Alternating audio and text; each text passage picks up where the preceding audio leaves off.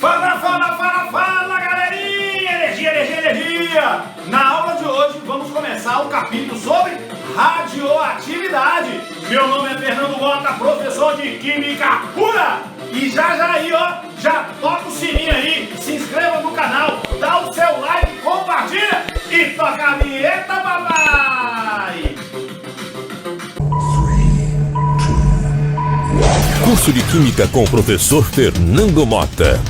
É Química Pura! Fala, turminha! E aí, galerinha? Energia! Vamos começar nessa aula mais um capítulo novo, radioatividade. E vamos falar o quê? Dos conceitos, aqueles termos importantes. Vamos embora!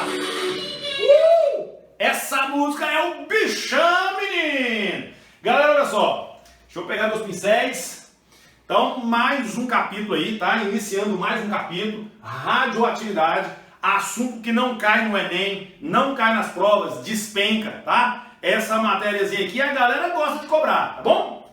E vamos começar esse assunto aqui do iniciozinho, do zerinho, falando aqui do conceito, tá bom? Galera, o que é radioatividade? Radioatividade nada mais é do que um fenômeno natural ou artificial, fenômeno natural ou artificial, em que núcleos atômicos, o núcleo de um átomo instável, ele vai emitir partículas alfa ou partículas beta ou raios gama. Para quê, Motinha? Para adquirir estabilidade. Então, peraí, de novo. O que é a radioatividade? É um fenômeno natural ou artificial, em que o núcleo de um átomo, esse núcleo, ele é um núcleo instável, ele vai emitir partículas alfa ou partículas beta e radiações gama para adquirir estabilidade. E aqui tem um ponto muito importante. Partícula alfa, partícula beta. Isso aqui são partículas. Inclusive nós já falamos sobre as partículas alfa lá no modelo de Rutherford. Partícula alfa, galera, já vai memorizando aí. Partícula alfa é uma partícula positiva. Partícula beta é uma partícula negativa. Agora, isso aqui não são partículas. Raios gama não são partículas. São o que então, Matinha? Ondas eletromagnéticas de alta frequência. São o quê? Ondas eletromagnéticas de alta frequência. Beleza? Isso é cobrado demais em provas aí vestibulares. E às vezes o menino fica panguando, tá bom? Eu posso dizer radiações alfa, radiações beta, radiações gama.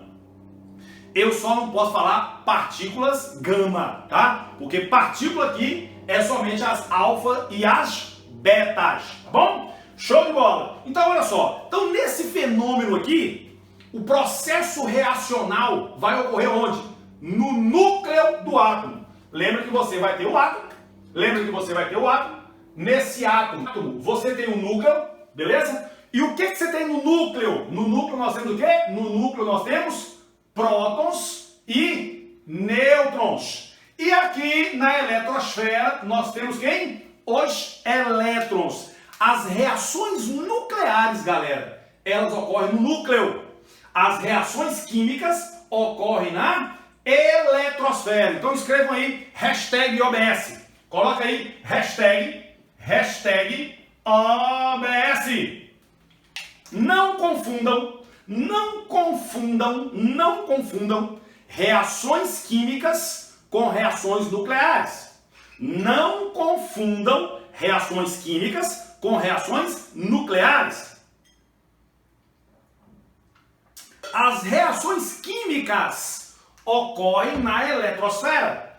As reações químicas ocorrem na eletrosfera, enquanto que as reações nucleares ocorrem no núcleo, tá bom? As reações nucleares ocorrem onde? no núcleo. Perfeito, show de bola. Agora veja só, existe um termo muito usado aqui, que é esse aqui, ó, transmutação radioativa. O que é a transmutação radioativa? É quando um elemento químico se transforma em outro elemento químico. Mas como que isso é possível, Motinha? Se esse cara emitir partículas alfa ou partículas beta. Toda vez que um átomo emitir partícula alfa ou se ele emitir partícula beta, ele vai sofrer uma transmutação radioativa. Transmutação radioativa. Lembrem lá nos modelos atômicos, né? Quando Dalton falava o quê? Que o átomo ele era imutável, né? Que ele não poderia ser transformado em outro tipo de átomo. Só que agora a gente sabe que pode sim, devido à radioatividade, à transmutação radioativa. E dois terminhos que é muito utilizado em provas é radioisótopos ou radionuclídeos. Radioisótopos ou radionuclídeos.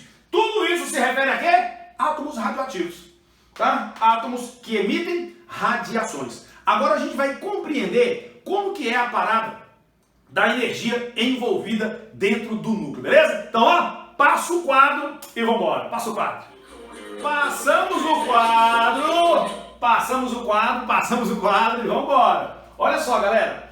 Energia de ligação nuclear. Olha que coisa mais fantástica isso aqui. Olha só que show. A massa do núcleo de um átomo é sempre um pouco menor que a soma das massas de repouso de todos os seus prótons e nêutrons. Como assim, Matinha? Que viagem é essa? Olha aqui, quando eu falo sobre a massa do próton e a massa do nêutron, massas, tá, de prótons e nêutrons, só que massa de repouso, eu me refiro à massa do próton em si e à massa do nêutron em si, mas não dentro do núcleo, tá? E aí nós vimos, né, que a massa do próton e a massa relativa, né, do próton e do nêutron, ele é de quanto mesmo? 1U. Lembram disso?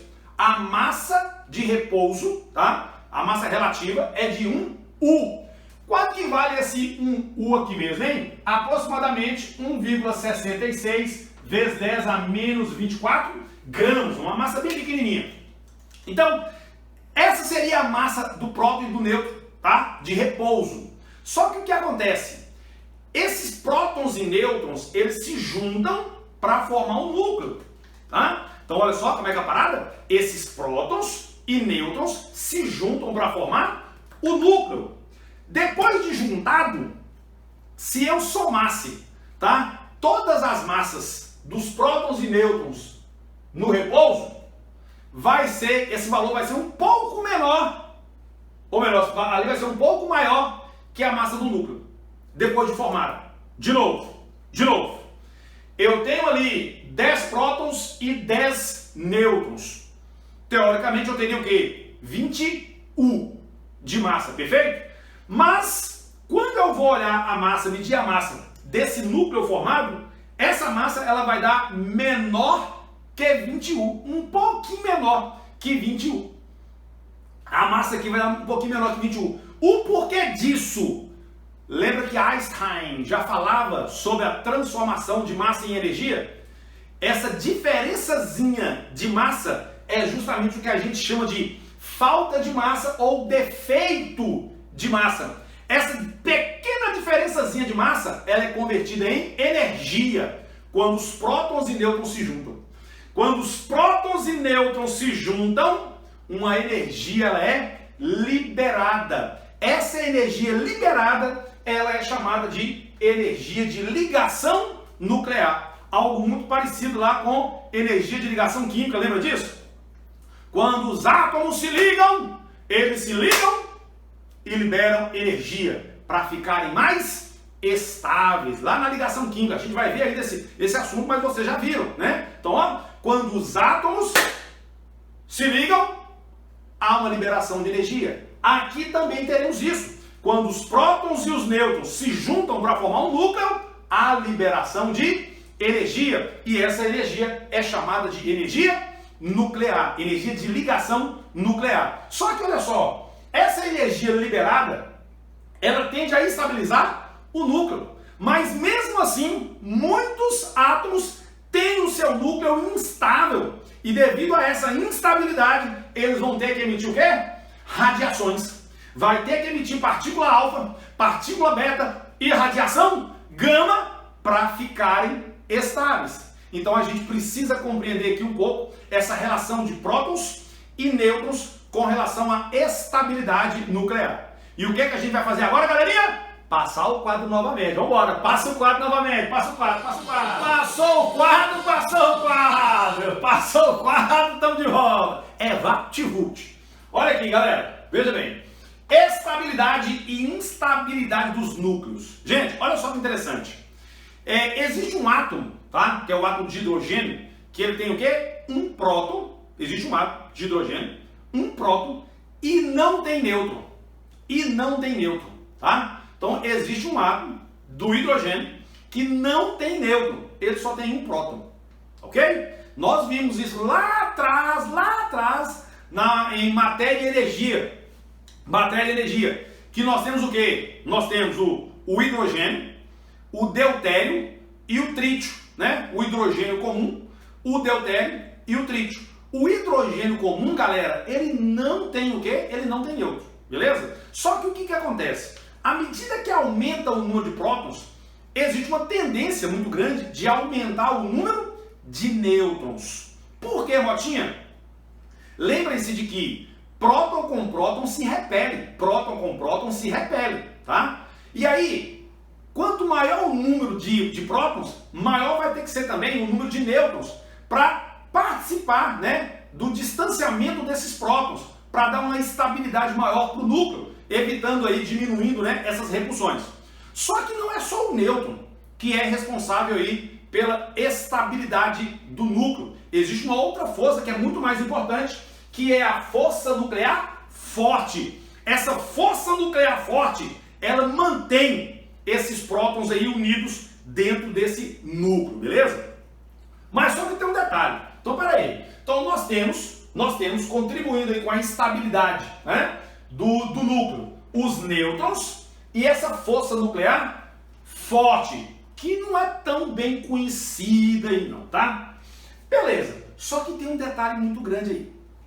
Primeira coisa, só relembrando, quanto maior o número de prótons, maior vai ser o número de nêutrons. Para quê?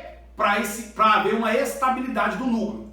Porém, meus queridos, todos os átomos com número atômico maior que 83 são instáveis. Todos os átomos com número atômico maior que 83 são instáveis. Por quê, Walter? Porque é próton demais.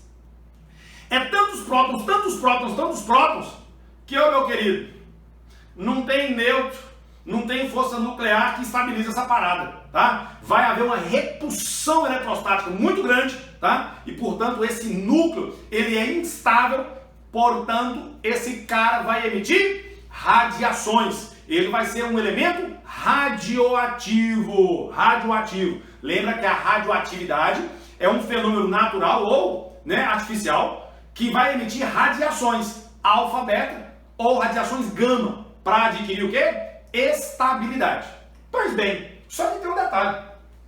Existem átomos com número atômico menor que 83 que são instáveis também. O trítio, ele é instável, tá? O potássio 40, o carbono 14. Então, eu tenho átomos com números atômicos menores que 83 que são instáveis, não são muitos, tá? Mas todos acima de 83 são instáveis. E aí, portanto, os químicos e físicos chegaram a uma seguinte relação. Relação NP, número de nêutrons dividido pelo número de prótons. A gente vai perceber uma estabilidade ou instabilidade melhor por essa relação aqui, ó, tá bom? Então veja só. Se eu pegar o número de nêutrons e dividir pelo número de prótons, eu vou pegar o número de nêutrons e dividir pelo número de prótons. Se esse valor estiver entre 1 e 1,5, é um átomo estável. Se ele estiver acima de 1,5, né, maior que 1,5, acima de 1,5, também é instável. E abaixo de 1 também é instável. Então tá aqui, ó. A faixa de estabilidade é de quanto? De 1 a 1,5. Maior que 1,5 é instável, menor que 1 também é instável. Só que eu quero que vocês analisem o seguinte, vamos embora pôr a cachola para pensar. Veja bem, esse cara não está dando maior que 1,5? Maior que 1,5? Se esse resultado está sendo maior que 1,5, quer dizer que eu estou tendo nêutrons demais ou prótons demais? Está dando um resultado matemático maior que 1,5. Quer dizer então que eu tenho nêutrons demais. Nêutrons demais. Para estabilizar, esse cara vai ter que diminuir o número de nêutrons ou vai ter que aumentar o número de prótons. Concorda? De novo, eu vou pegar o número de nêutrons e dividir pelo número de prótons. Está dando um valor acima de 1,5. Quer dizer que eu tenho nêutrons demais. Para esse núcleo se estabilizar, ele vai ter que diminuir os nêutrons ou então vai ter que aumentar os prótons para que essa conta, né, fique entre 1 e 1,5. Amém ou misericórdia? Amém? Show! Menor que 1. Gente, se esse resultado deu menor que 1, quer dizer que tem prótons demais. Prótons demais. Tem prótons demais. O que vai acontecer então para estabilizar? Eu tenho que diminuir o número de prótons ou aumentar o número de nêutrons. Vamos de novo, para você que não entendeu, presta atenção.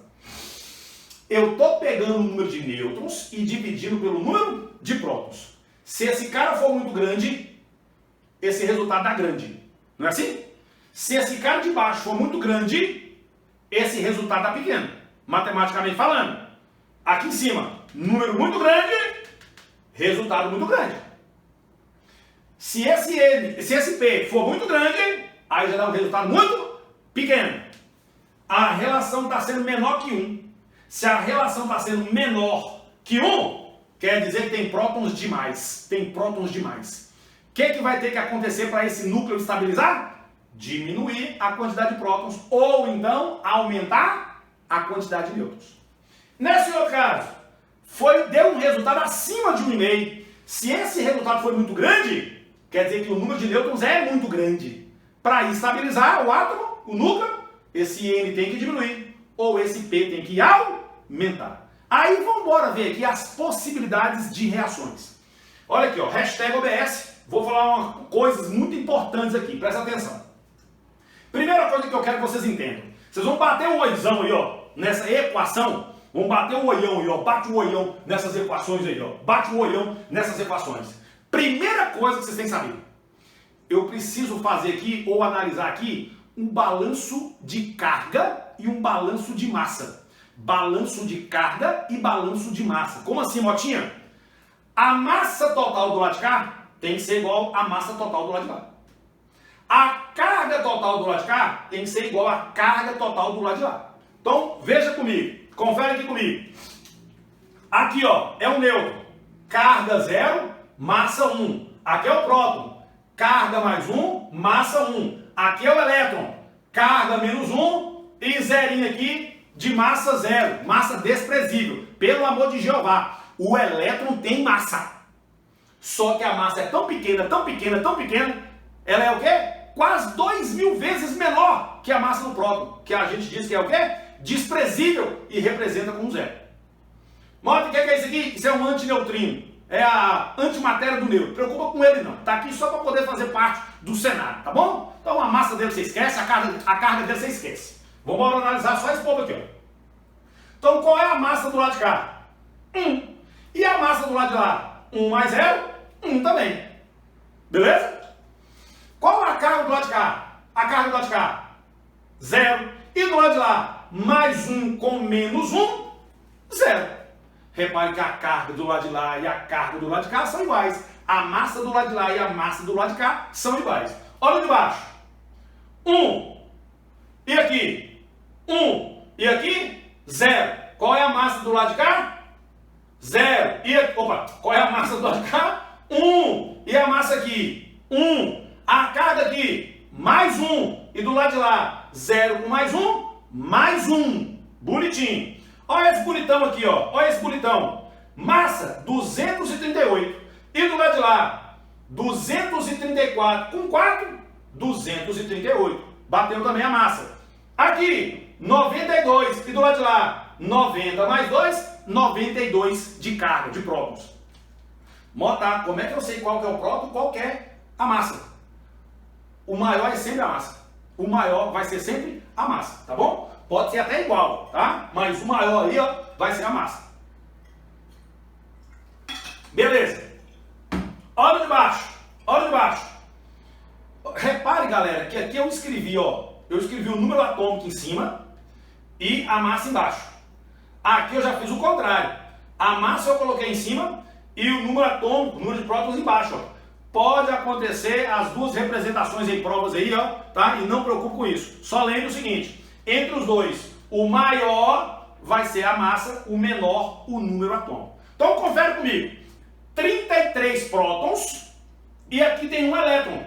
33 prótons com um elétron vai dar o quê? 32 positivo de carga. Do lado de lá, 32 positivo de carga, que aqui é próton.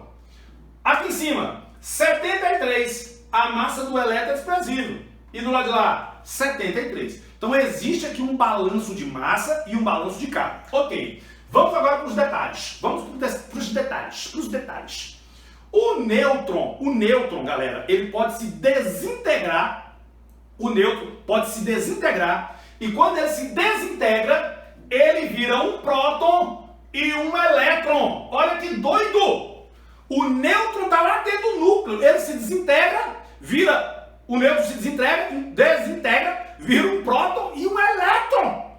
Um elétron que sai voando lá de dentro do núcleo. Esse elétron, galera, é o que nós chamamos de partícula beta. A partícula beta é um elétron que é produzido dentro do núcleo.